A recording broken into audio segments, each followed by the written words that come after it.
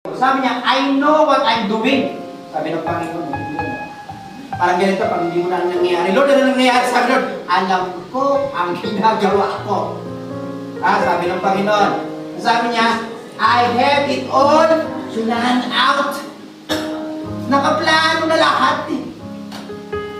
Huwag ka nang mag-alala, anak. Ano din yung plano niya? Plans to take care of you and not abandon you. Dito pala mga kapatid, panalo ka na eh. Ibig sabihin dito sa lupa, kahit ano mangyari, hindi ka iiwanan ng Diyos. Lagi ka niyang aalagaan. Tama ba? May say amen? Ito maganda eh. Ang ganda ng kanyang paraphrase. Plans to give you the future you hope for. Sino may pangarap ka sa mga? Umaasa ba kayo sa pangarap niyo? Yes! Ibibigay daw niya. Yes! Bakit nakaplano na? Ang ganda ng revelation eh. Kaya sabi ng Panginoon, magtiwala ka lang sa akin, anak.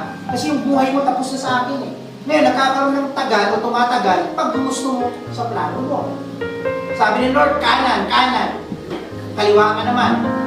Eh, hindi ka naman pwede pilitin ng Diyos. May will ka eh. Hayaan ang gusto ko kaliwa ka. Kaliwa, kaliwa, kaliwa. Pero dahil may pakanan ka, alam nangyari, kahit nasa kaliwa ka, makita mo, hinihila ka, pakanan pa rin. Ngayon, nakakaroon lang ng struggle. Pero kung matalino ka, tanong kung matalino ka, mag-flow ka lang sa Diyos, ako ng struggle. Pag sinabi niya kanan, hindi kanan.